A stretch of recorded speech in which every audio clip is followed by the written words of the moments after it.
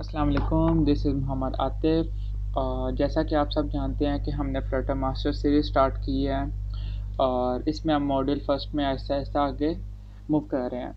तो इससे पिछली वीडियो में हमने देखा था कि फ्लटर का जो प्रोजेक्ट है वो कैसे क्रिएट करते हैं और अपने प्रोजेक्ट को वर्चुअल डिवाइस पे कैसे रन करते हैं। तो मैंने आपको अगर याद हो लास्ट वीडियो में कहा था कि अभी के लिए आपने सिर्फ इस प्रोजेक्ट का सिर्फ ओवरव्यू लेना है, मतलब कि आपको कोड का मैंने कुछ भी नहीं था बताया, आपको सिर्फ मैंने ये कहा था कि आपने सिर्फ इसका ओवरव्यू लेना है।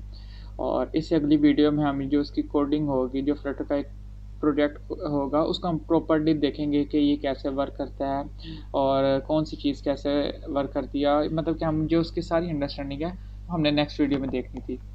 तो इस वीडियो में हम देखेंगे ये सारा कुछ। और इस वीडियो में मैं सबसे पहले आपको, अगर यहाँ देखें आप मेरी स्क्रीन के लेफ़्ट साइड पे, तो यहाँ पे कुछ फ़ोल्डर्स हैं, ठीक है? तो सबसे ऊपर डार्ट टूल है, फिर आइडिया, फिर एंड्रॉयड है, फिर बिल्ड है, फिर आईओएस, लिब और लिनक्स, मैक ओएस, टेस्ट। तो ये सारे क्या हैं? फ़ोल्डर्स हैं। अब क्या हमें आपका क्वेश्चन होगा कि हाँ, हमें सब फ़ोल्डर्स के अंदर काम करना होगा? तो इसका आंसर है नहीं। अब जो हमने फ़ोल्डर्स जिनमें काम करना होगा वो एक है लिब और एक है पब्स्पेकियम। तो जो हमारा जितना भी कोड होगा वो इस लिब यानी कि इस लाइब्रेरी फ़ोल्डर के अंदर सारा होगा। जितना भी हमने कोड रखना है वो सारा हम इसमें रखेंगे, ठीक है? तो जब भी आप अपना प्रोजेक्ट क्रिएट करेंगे तो ये एक मेन डॉट डार्ट फाइल जो है ये डिफ़ॉल्ट में यहाँ पे होगी, ठीक है? अब ये फाइल है, इसके अंदर हमारा सारा जितना भी प्रोजेक्ट है वो यहाँ इस फाइल से मैनेज हो रहा होगा। जितनी भी बाकी फाइल्स होंगी वो सारी इस मेन फाइल के थ्रू कनेक्ट हुई होंगी और इस फाइल के थ्रू हमारा जितना भी कोड है वो सारा मैनेज हो रहा होगा। अब जो ये पब्स्पेक YAML फाइल है, इसको अब हम आगे आने वाली वीडियोस में देखेंगे प्रॉपर्ली और इसके साथ हम वर्किंग भी करेंगे। अब जो 99% हमारा काम होगा, जो इंटरेक्शन होगा फ़ोल्डर के साथ, वो ये सिर्फ 2 फ़ोल्डर्स हैं। फर्स्ट ये लाइब्रेरी और दूसरा ये pubspec.yaml। अब pubspec.yaml अगर मैं ओपन करूँ तो यहाँ पे आपको एक कोड लिखा नज़र आ रहा है, ठीक है?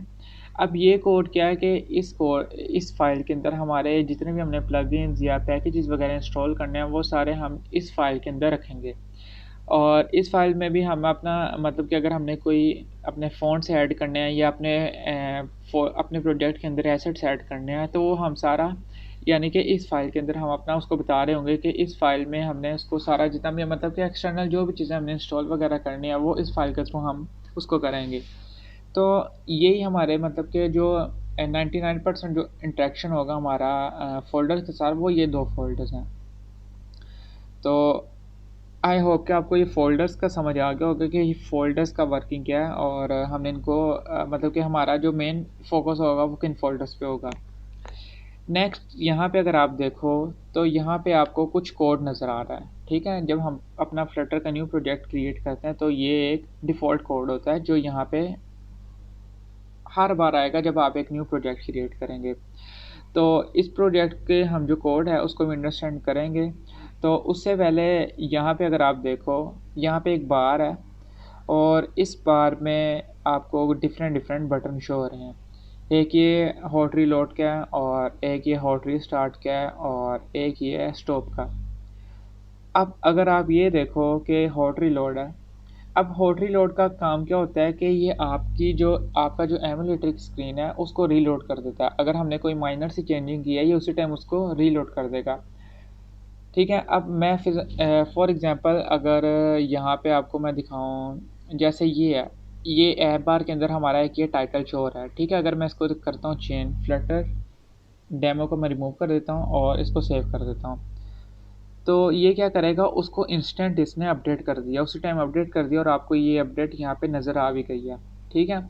अब इसी तरह से अगर मैं छोटी-छोटी अपडेट्स करता रहूँगा और उसको सेव करता रहूँगा और ऑटो रीलोड करता रहूँगा तो वो मेरी अपडेट उसी टाइम नज़र आ जाएगी।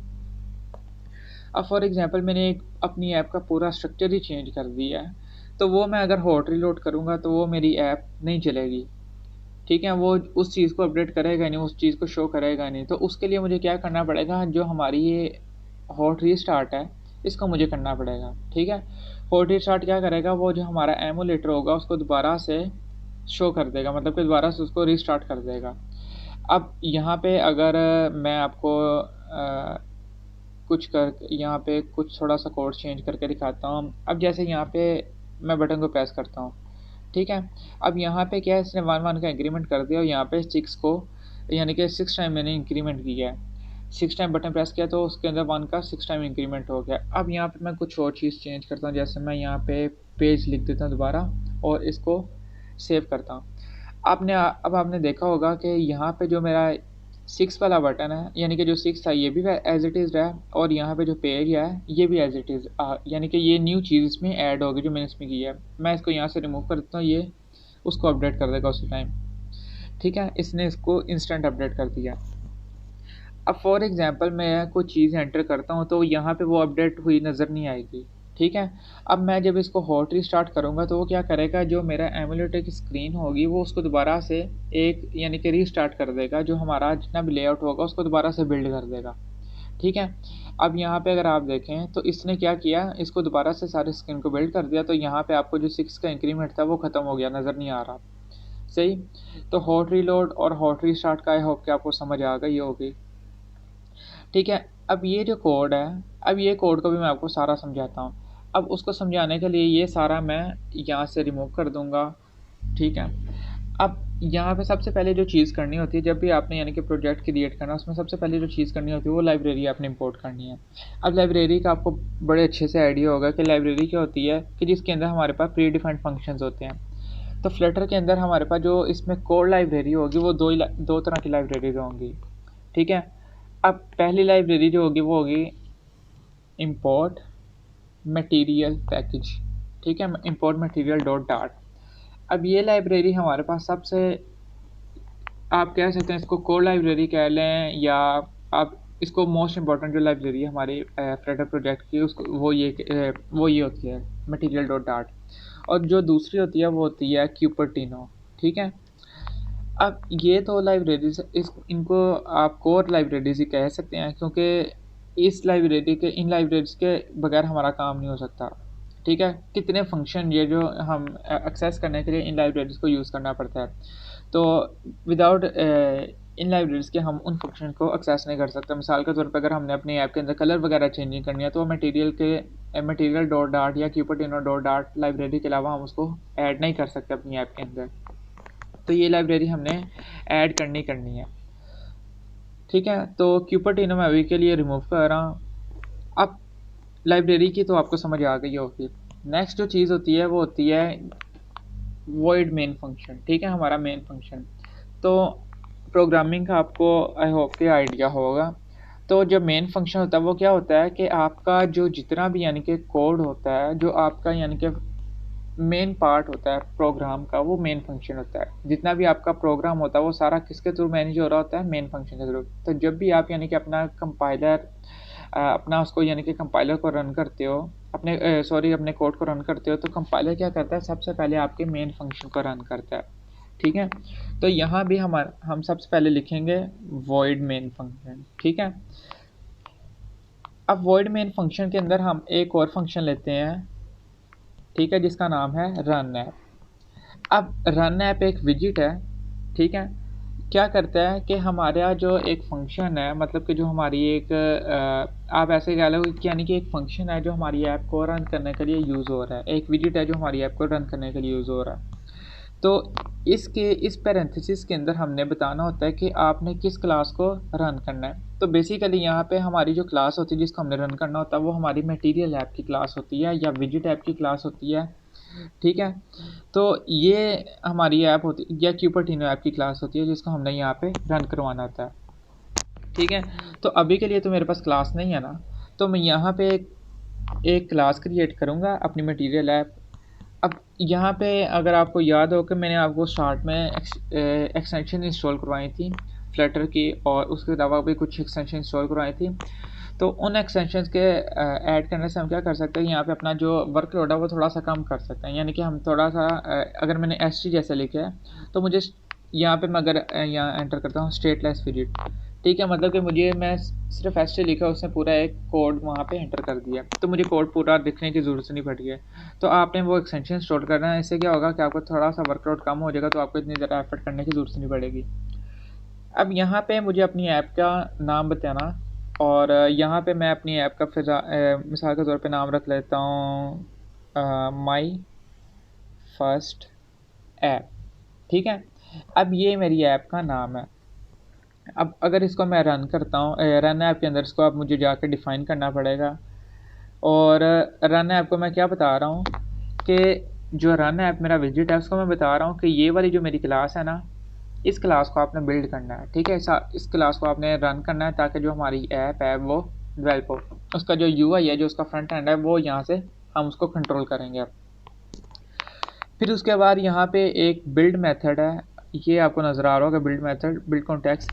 ये क्या है कि ये एक तरह से हर विजिट जो आपकी ऐप के अंदर यूज़ हो रहा है, अब विजिट्स का आपको मे भी आपको क्वेश्चन रेज करें। अब विजिट के बारे में मैं इससे अगली वीडियो में आपको बता दूंगा कि विजिट क्या होता है। ठीक है, अभी के लिए आप अंडरस्टैंड कर लें इसको। नेक्स्ट वीडियो में मैं आपको बता दूंगा कि जो विजिट होता है वो क्या होता है। तो विजिट क्या होता है कि अभी मैं आपको थोड़ा सा उसका बता देता हूँ। विजिट हमारे पास क्या है कि जितनी भी जो हमारे पास ऐप है, जो हमारे पास यानी कि जितना भी जो भी एलिमेंट्स हैं हमारी मोबाइल स्क्रीन के ऊपर या वेब के ऊपर, जो भी फ्लटर में हमारे पास हमारी स्क्रीन के ऊपर एलिमेंट्स होंगे, वो सारे विजिट्स होंगे। अगर आप यहाँ पे देखो तो यहाँ पे क्या है, थोड़ा सा टेक्स्ट लिखा है, टेक्स्ट भी एक विजिट है। ठीक है, फिर यहाँ पे एक बटन बना है, ये भी एक विजिट है। फिर यहाँ पे कुछ टेक्स्ट लिखा है, ये भी एक विजिट है। और ये हमारी स्क्रीन जो है ये इटसेल्फ भी एक विजिट है। ठीक है, तो विजिट के आपको आई होप के थोड़ा सा आइडिया हो गया होगा कि विजिट क्या होता है। यानी कि हर एलिमेंट जो हमारी स्क्रीन पे नज़र आ रहा है वो एक विजिट है।